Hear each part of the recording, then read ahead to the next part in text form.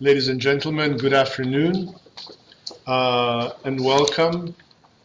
I'm very pleased to welcome you here for this very happy occasion. My name is Father Stefanos Alexopoulos. I think every one of you knows me. And I serve as the director of the Institute for the Study of Eastern Christianity, and I'm the Associate Professor of Liturgical Studies, Sacramental Theology here at Catholic University of America. Now, the Institute for the Study of Eastern Christianity aims to foster the study of all Eastern Christian traditions and in all its expressions.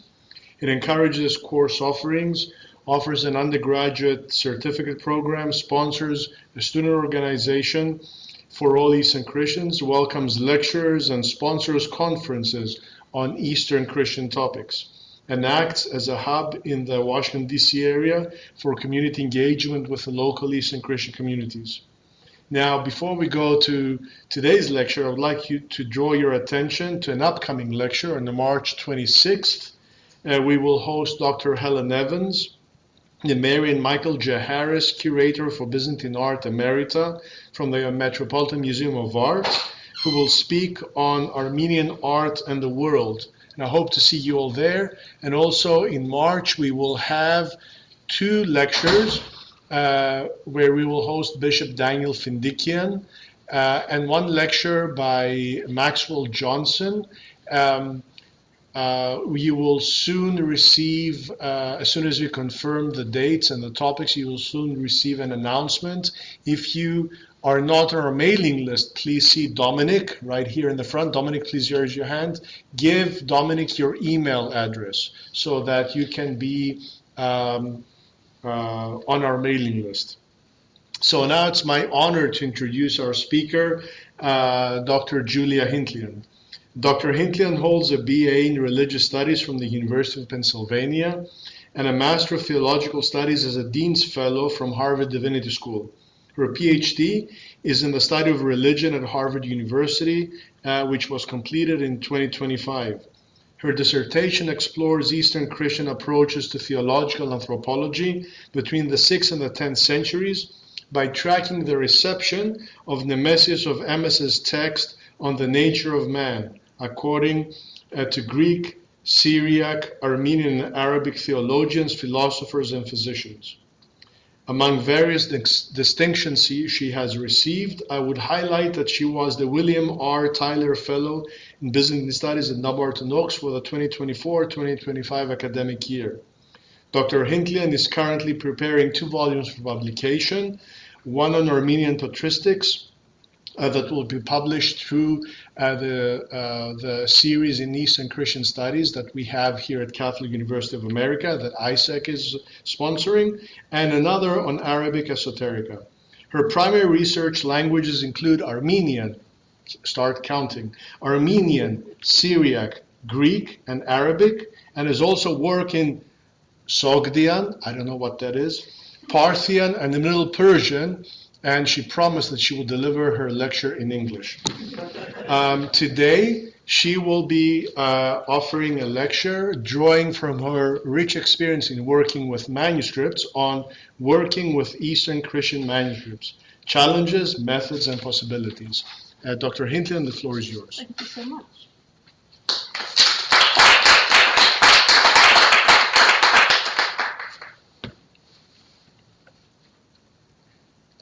Okay, can everybody hear me? Great. I want to thank the Institute for Eastern Christian Studies so much for hosting me tonight to speak about one of my favorite topics, working with Eastern Christian manuscripts. We may have some clicking. Okay. The idea for this talk came from a response that I was asked to deliver last fall at the Society of Biblical Literature to a recently published volume titled Working with Manuscripts by Liv Lead and Brent Nongri. This book offers a generalized introduction aimed primarily at early stage graduate students to some of the basics of consulting and studying handwritten materials. It walks readers through practical matters, such as how to acquire permissions to access reading rooms or how to interpret a manuscript colophon. In my response to the volume, one of the points I raised was that manuscript work can vary dramatically depending on the traditions, languages, and types of sources one is working with. A reality that I know well from my own experience studying Armenian, Syriac, Greek, and Arabic Christian materials. The study of Eastern Christian manuscripts is made particularly complex, both ethically and pragmatically, because it is conditioned by the histories these communities have endured, often under hegemonic and unstable rule. Over the centuries, this instability has increased the likelihood that materials might be lost, that schools and scribal centers might be sacked or destroyed, that scribes with limited resources might only choose to copy materials if those materials had particular utility.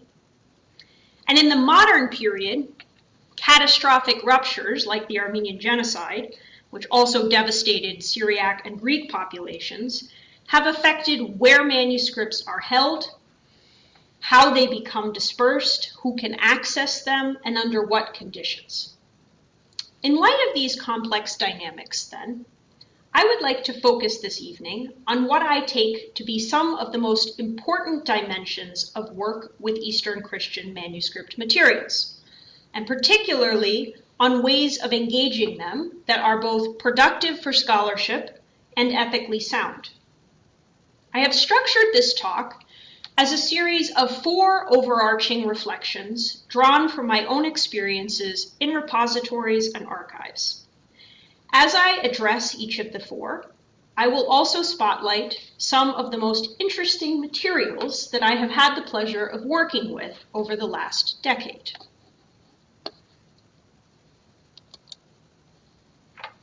Okay. One of the first things that sustained work with Eastern Christian manuscripts takes away from you is the illusion of a stable text. This can also be one of the very best things that it takes away from you. For a number of years, throughout my undergraduate, master's, and early doctoral education, I prided myself on my attention to primary sources, reading texts in translation rather than relying on other scholars to tell me what to think, and then eventually reading texts in their original languages from critical editions. A critical edition, as many of you know, is a scholarly reconstruction of a text based on the comparison of multiple surviving manuscripts. Several years ago, however, I set out to compare texts by 2 9th century Syriac theologians. Nate knows this story. John of Dara and Moses bar Kifa. And what I discovered destabilized the great faith I had placed in editions and translations as the be-all and end-all of textual scholarship. You see, each of these 2 theologians had written a substantial treatise concerning the human soul, explaining what the soul is, where it operates in the human body, what happens to it after we die, etc. These are really, really interesting treatises. However, no critical edition had been produced for either text, although some fragments of John's text had been published in Italian translation, and Moses's text had been published in what I believed to be a very thorough German translation. Because of the lack of critical editions, however, I started the process of searching for manuscripts from Lebanon, Syria, the Vatican, Harvard, and elsewhere.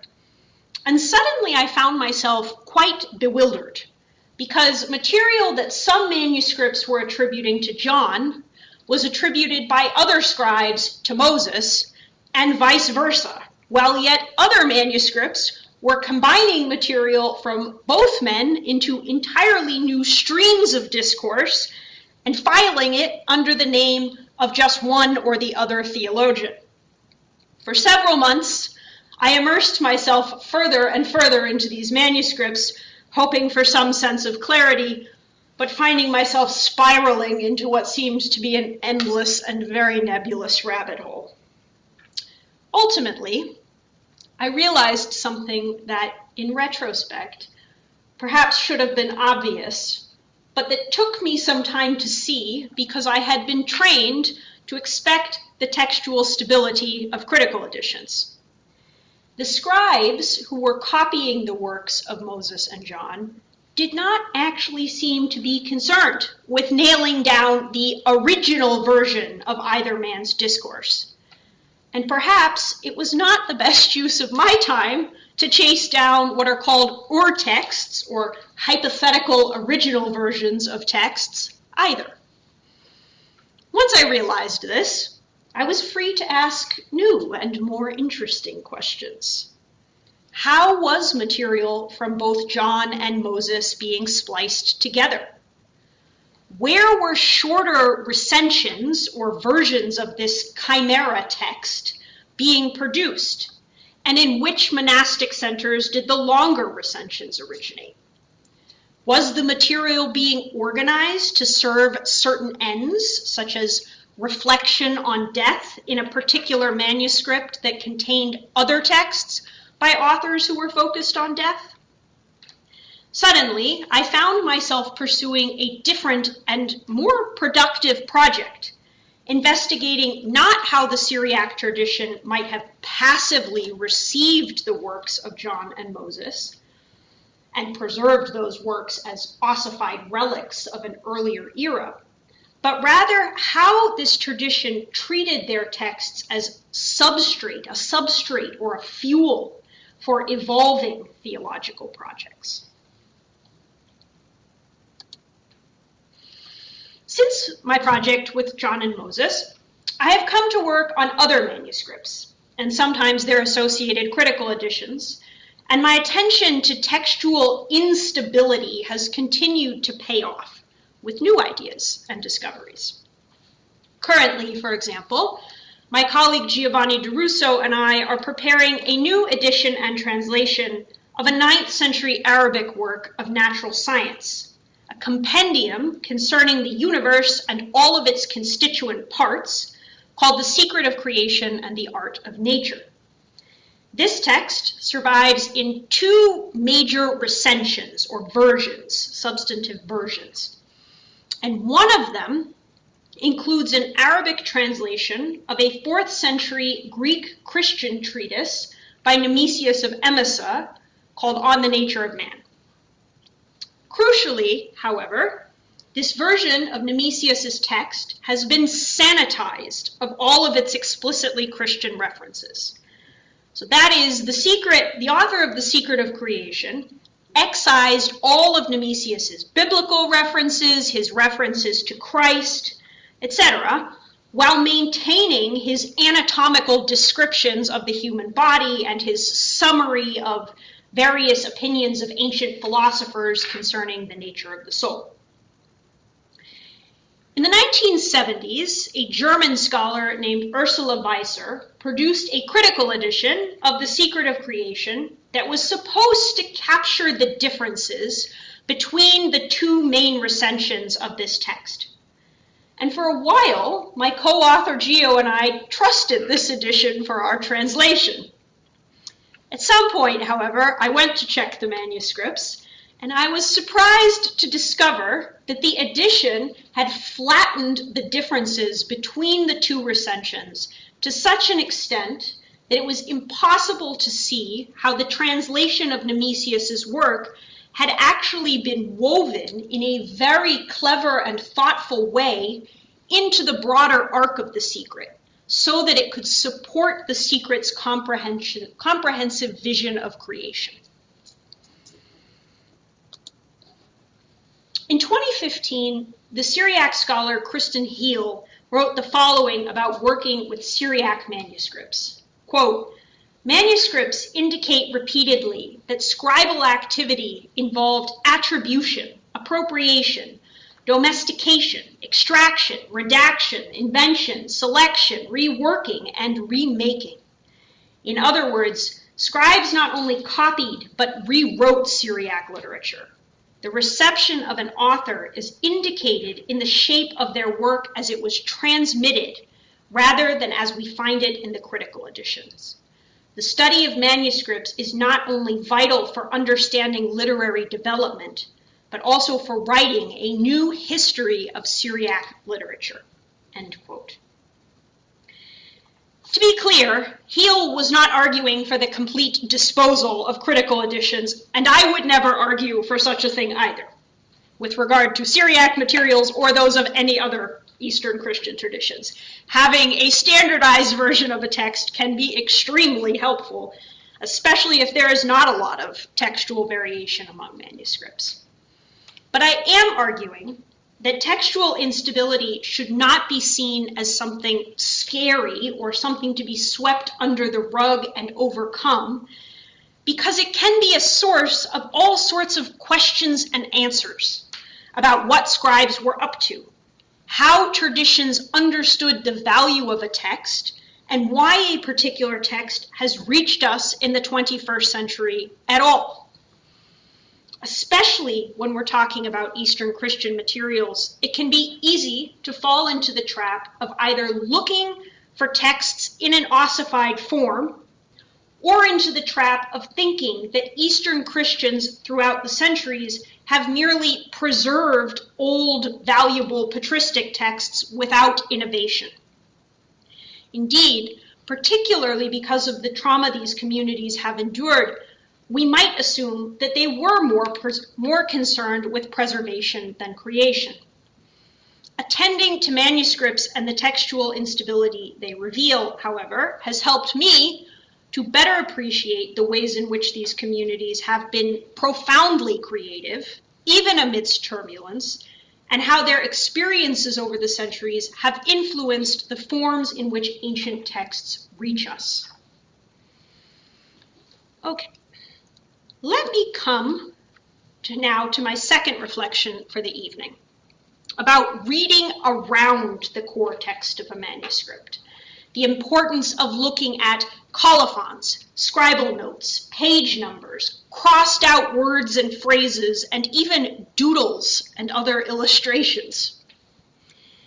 Several years ago, I was confronted with an interesting scenario while tracking the legacy of Nemesius of Emmaus's work in Syriac and Armenian. I discovered that while not a single translation, not a single complete translation of this text survives in Syriac, we have at least 64 manuscripts preserving the work in Armenian. 64 seems like an awfully high number, especially given that so many Armenian manuscripts have been destroyed over the centuries, especially in the last 200 years. Why would the Armenians have copied this text so many times and preserved it so well?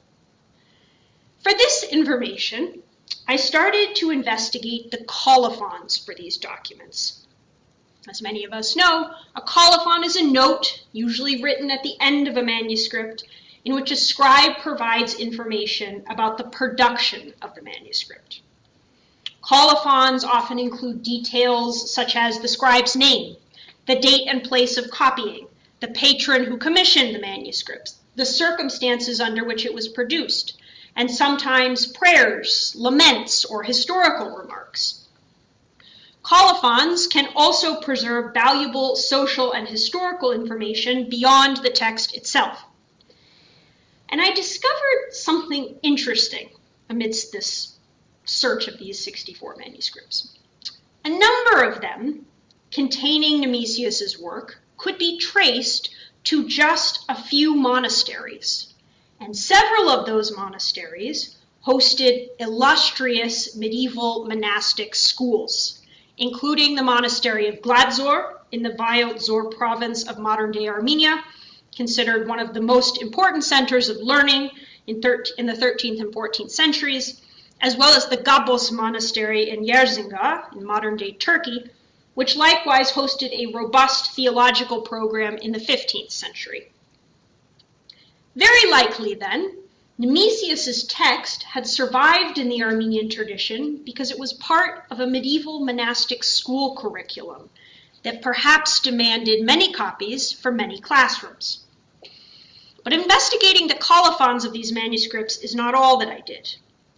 I also looked into the scribal commentary in the margins around the text, and I learned that several of these Armenian manuscripts had notes referring to variant readings of the main text found in the Syriac version, offering evidence that, at some point, a Syriac translation of Nemesius's text had indeed existed, although it apparently wasn't copied with the frequency of the Armenian version, and therefore did not survive, and probably also was not used in monastic schools. Scribes leave all sorts of clues about where, why, and how texts have been copied and utilized. Colophons are often the most straightforward way of gleaning this information. And I've learned over the years that reading colophons first can not only be very entertaining, but can also provide illuminating information on how to read the primary text in the manuscript. On the screen here, I have two colophons from a manuscript at Harvard that contains Moses Bar Kifa's text on the soul, with information spliced in from John, of course. On the left is a colophon in Syriac that tells the story of how this manuscript's exemplar, the manuscript it was copied from, was produced in the 13th century by a scribe named Mahbub, who was working on it while Christians in his village, a village called Jabibra near Mosul, were being slaughtered amidst a battle between two Islamic emirs. On the left is another colophon from the same manuscript that looks like it is written in Syriac, but it's actually in Garshuni, that is, Syriac script used to write Arabic text. And this colophon describes the copying of this specific manuscript in 1894, while a major earthquake was devastating the city of Istanbul. The scribe mentions that houses and shops had collapsed, along with a school full of Jewish children, and that hundreds of people had died. While colophons like these are interesting artifacts in their own right, they also prompt important questions about the state of mind that scribes might have been in as they copied and reconfigured older texts. Under circumstances of duress, for example, was it considered important to copy an entire text or just a portion? And what portion would be prioritized? Before I move on to my third reflection, I want to emphasize one other point about reading around the text. And that is that I have learned not to let colophons, which can seem like the most straightforward sources of scribal information, be my only sources of scribal information. Here I have an Armenian manuscript, this one is kept in the Library of Congress, that probably dates to the 17th century and is most likely an autograph, meaning it was scribed by the author who wrote it, a man named Giovanni Molino, also known in Armenian as Hovannes Anguratsi. Molino received his education from the Congregation for the Propagation of the Faith in Rome, and this manuscript contains a series of commentaries on ancient as well as more modern Latin and European texts, including discourses on Sibyls and Amazons, that is, ancient Greek prophetesses and legendary female warriors who fought against Alexander the Great. Although the texts it contains are really very interesting, I have found this manuscript challenging to work with, in part because the writing is, as you can see, scratched out in a number of places, indicating that it probably wasn't meant for public consumption. There are also some very funny doodles in the front of this manuscript anyway, we don't need to go there. Funny doodles. So, probably not meant for public consumption. Its pagination also restarts periodically, probably because it was originally a loose collection of papers that was later unified into one codex. With this information in mind, I have been cautious not to assume that any of the commentaries within this compendium are final versions, especially given that some of these commentaries survive in other forms, altered forms in other manuscripts, nor to assume that the intended audience tone or argumentation style is going to be the same for every one of these commentaries. Ultimately, attending to the material around the primary texts in a manuscript, colophons, but also scribal notes and pagination and scratched out words, has often given me crucial contextual background as I approach the primary texts themselves. Okay, my first two reflections this evening have focused on reading strategies for making the most of manuscripts in front of us as we mine them for the texts and ultimately the ideas that they contain. I want to transition now to considering the importance of looking up from the manuscript, so to speak, and reading the room. By this I mean attending to where manuscripts are stored, how they got there, and how different people feel about where they are.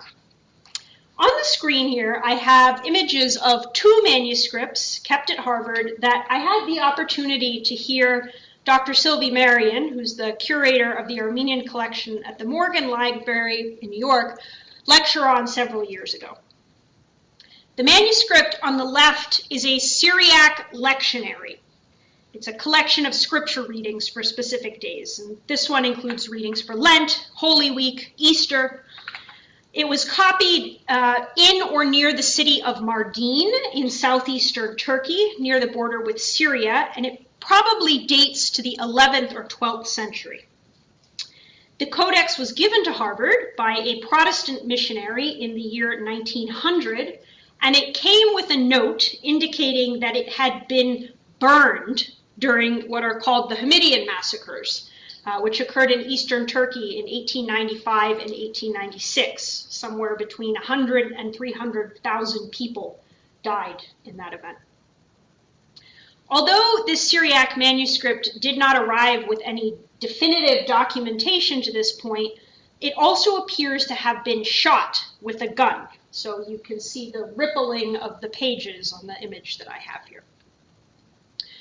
The second manuscript is an Armenian codex from the city of Kharpert, which happens to be where my family is from. And it's a Haismaburg, or a Synaxarian, commemorating the saints of the Armenian Church. It probably dates between the 15th and 17th centuries, and it seems to have been hacked with an axe or a sword. Certain pages also bear what appear to be bloodstains and to show signs of water damage, the latter consistent with a report that the manuscript was discovered around 1895 in a gutter. This manuscript was rescued by an Armenian family, the Bogosyans, who donated it to Harvard in 1965. On the screen here, I have two paintings by an artist named Vargas Surenyans, who was an Armenian painter who died in 1921 and who depicted the violence of the Hintlian massacres of 1895 and 1896 in great detail. He was present. These are eyewitness accounts. These two paintings show not only the damage done to human bodies, but also the damage done to manuscripts. You can see the dead priest in trampled sanctuary, as well as the scattered pages on the floor in both of these images. As a quick aside, these images are in fact so accurate and detailed that scholars have been able to track down the door in after the massacres, and we know where it is, and it went on display a few years ago. So you can imagine the accuracy of other details in these paintings as well. When we look at that Armenian Synaxarian and we think about the many saints of the church who were also martyrs, whose bodies were violated very much like the bodies of these manuscripts, the line between Eastern Christian people and Eastern Christian objects begins to blur in a rather poignant way. I think that these paintings can help us understand what objects like the lectionary and the Synaxarian mean to the communities that created them. These are witnesses to mass violence, and they've outlived even the human beings who may have survived those events. Violence aside, however, one of the things that's interesting about the Synaxarion and the lectionary is that they have liturgical functionality and therefore a sort of active value. They're not merely passive repositories of philosophical wisdom, but they are rather tools for enacting a relationship with Christ during a service. And so, on the one hand, it's really great that they're now kept in a repository at Harvard which cares for them with advanced HVAC systems. They're safe, they're preserved, they're available for study. On the other hand, they're not serving the liturgical purpose for which they were created, nor are they in the hands of those trained to use them for that purpose, raising what I think are very interesting questions about the ultimate end goals of preservation.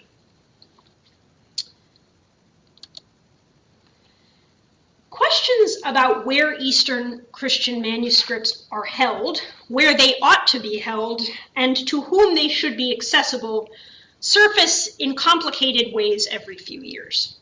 In 2010, for example, the Armenian Church sued the Getty Museum in Los Angeles for 8 illustrated pages of a 13th century gospel book, the Zaytun Gospels, that disappeared during the Armenian genocide and were purchased by the Getty in the 1900s. So most of this gospel is in Armenia. It's kept in the Matanadaran, which I will talk about in a moment.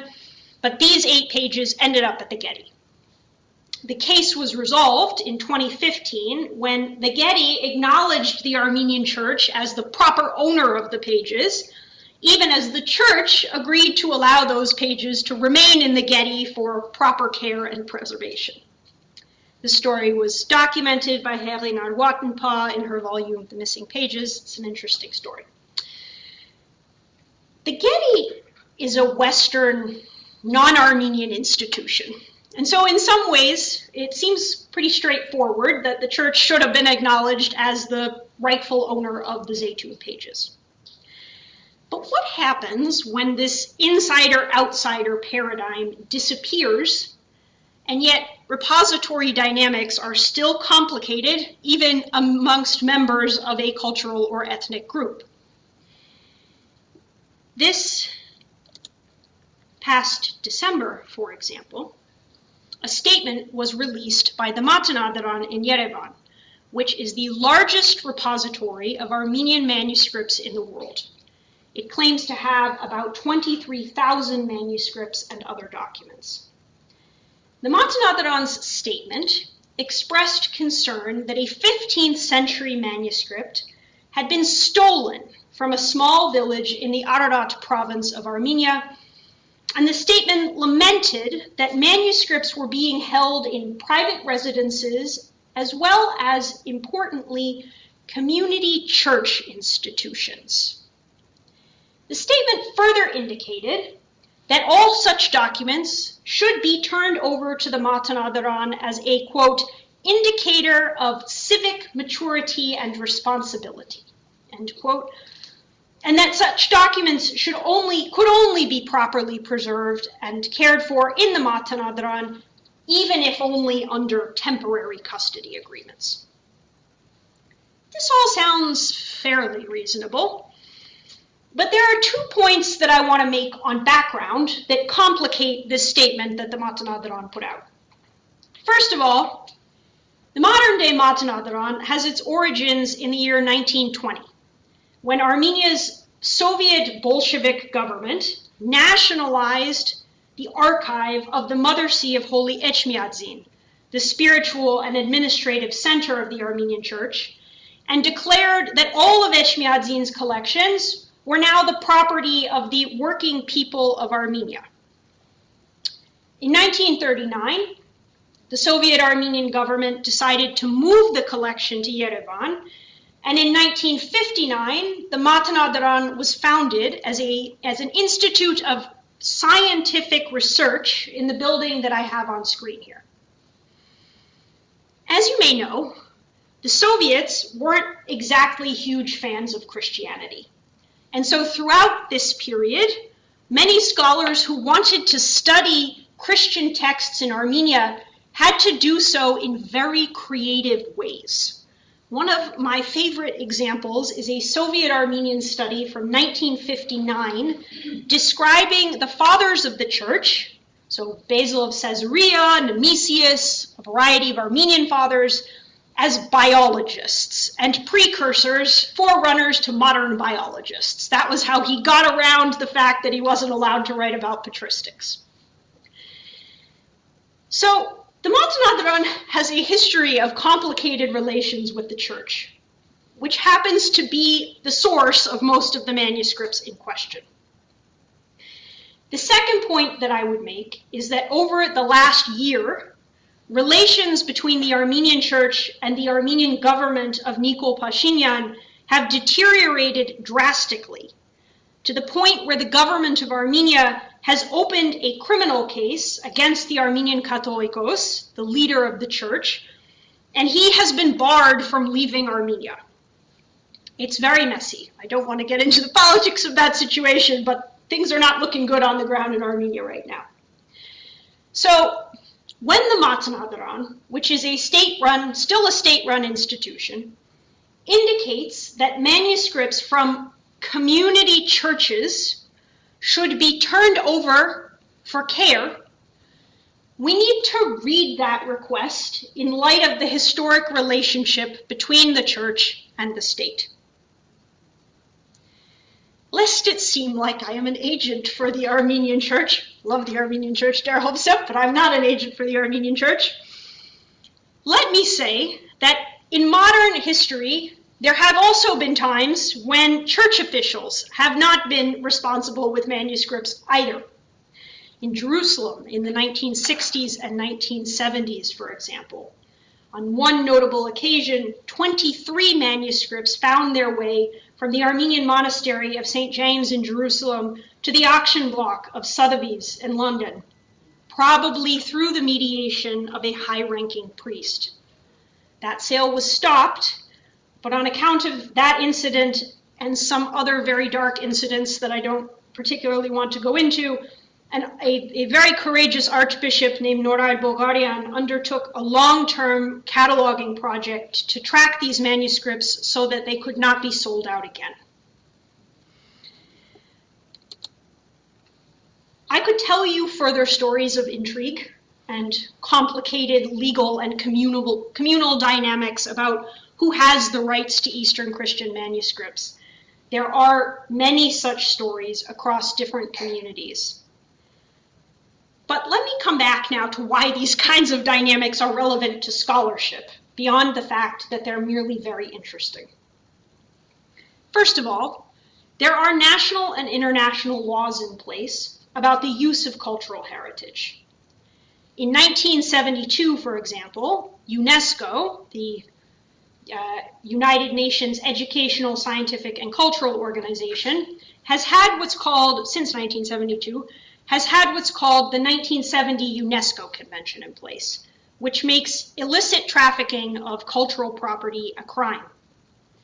While attention to such laws is not perhaps a particularly pressing concern when you're dealing with established repositories, if we find ourselves working with manuscripts in private collections or local community collections, it's worth doing the due diligence to make sure that those objects haven't landed where they are under less than legal circumstances.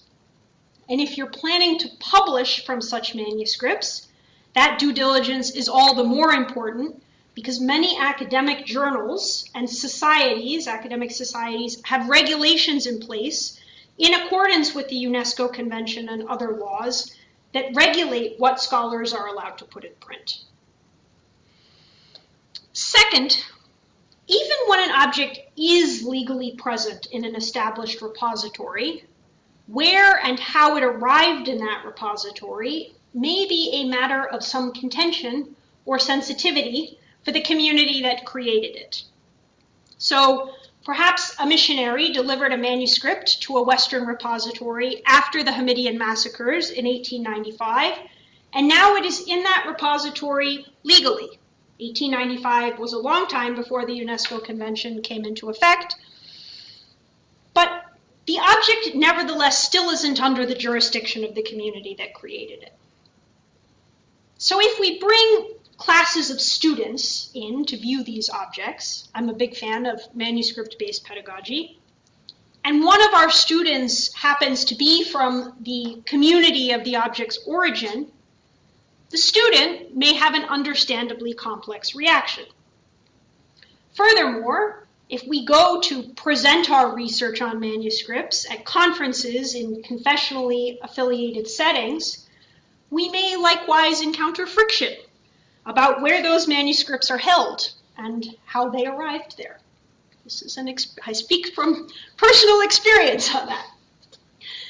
So ultimately, we are working with, when we work with manuscripts, we're working within very complex systems of dynamics, systems of value, of power, of authority, of legacy, of trauma, that go way beyond the work we're trying to do investigating theological and philosophical ideas or linguistic patterns within a particular document. Of course, those theological and philosophical ideas may be the be-all and end-all for us, but again, looking up from the manuscript. I think it's always worth being aware of the ways in which political and social dynamics may affect the access we have and how that access, and by extension our work, is perceived in academia and beyond.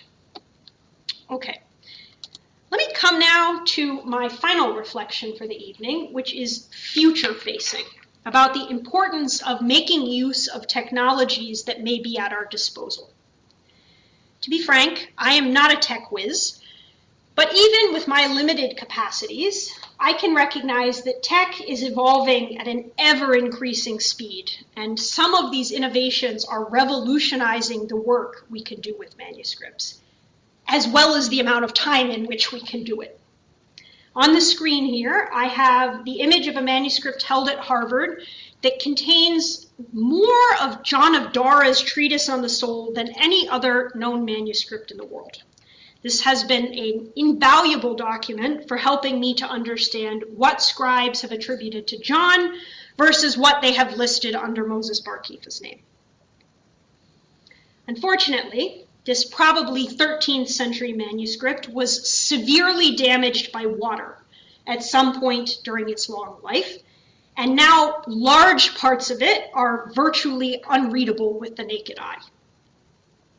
Several years ago, I requested that Harvard's Weissman Preservation Center subject it to multispectral imaging, which is a photographic technique that captures an object under different wavelengths of light, including some that the human eye can't see, in order to reveal details that are otherwise invisible. When applied to manuscripts, it can recover erased writing, faded ink, or even text that's hidden beneath other layers, allowing scholars to read what appears to be blank or damaged under normal light. After this imaging was applied, I was able to see portions of John's text that had been previously completely inaccessible. So while this picture may look like the text is still faded, before it underwent that multispectral imaging, it was completely, I mean, you could not see these letters at all from this Syriac text. So it's really amazing technology, and these technologies are getting better and better as the years go by. So I also have an image on this slide of the 14th century Arabic manuscript from Turkey that I showed earlier this evening, which preserves a copy of The Secret of Creation and the Art of Nature, including Nemesius of Emmaus's text on the nature of man. As my friend Gio and I have been preparing our edition of The Secret, we have transcribed this manuscript using an open source software called eScriptorium that employs machine learning, meaning that the machine transcribes the text, we correct its transcription, and the more we correct its output, the more accurate the output becomes. eScriptorium has been especially helpful for this particular manuscript because it has full vowel markings, and which are if you don't work on Semitic languages, and unfortunately they are hard to see in this particular image, but vowel markings in a fully voweled manuscript in Arabic take a very long time to transcribe. So this program does most of that vowel marking transcription for us, eliminating a lot of the painstaking line-by-line labor that would otherwise be required to account for each and every vowel. Multispectral imaging and handwritten textual recognition are just a few of the evolving technologies that scholars working with manuscripts might avail themselves of. Especially as more manuscripts become digitally available through online archives like the Hill Museum and Manuscript Library, which has its own built-in tools for working with digital documents. The lay of the land for manuscript work is changing quite rapidly, and it is, I think, important to have some sense of those changes and how they can make the most menial, painstaking elements of manuscript work proceed more quickly and more accurately. That said, a word of caution. I think it's always necessary to double check the work that machines do for us, and value does, of course, remain in consulting physical documents. When we're looking at liturgical materials, for example, or other items that would have had meaningful weight and presence in a sacred space, visiting a repository continues to be crucial, even as our technological capabilities improve.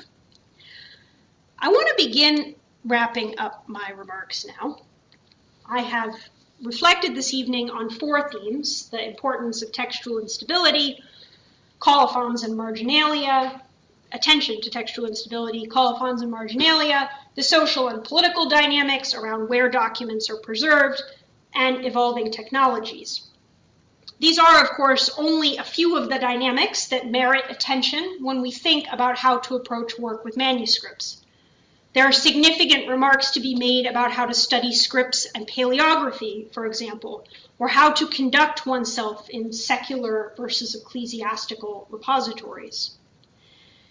But let me conclude with one final bonus reflection that I have found to be very important throughout the last few years, and that is the value of finding good collaborators with whom you can reflect on these precious materials in productive ways. My mentor, Roberta Irvin, has taught me so much about the pragmatic aspects of working with Armenian manuscripts, how to recognize abbreviations for long words, or how to read and understand a particular repository's manuscript catalog. My friend Gio has taught me how to use the eScriptorium software, and in fact, he made me a user-friendly learning guide. Manuscript work can be a highly individualistic, solitary endeavor, conducted in quiet repositories with only the company of a dictionary.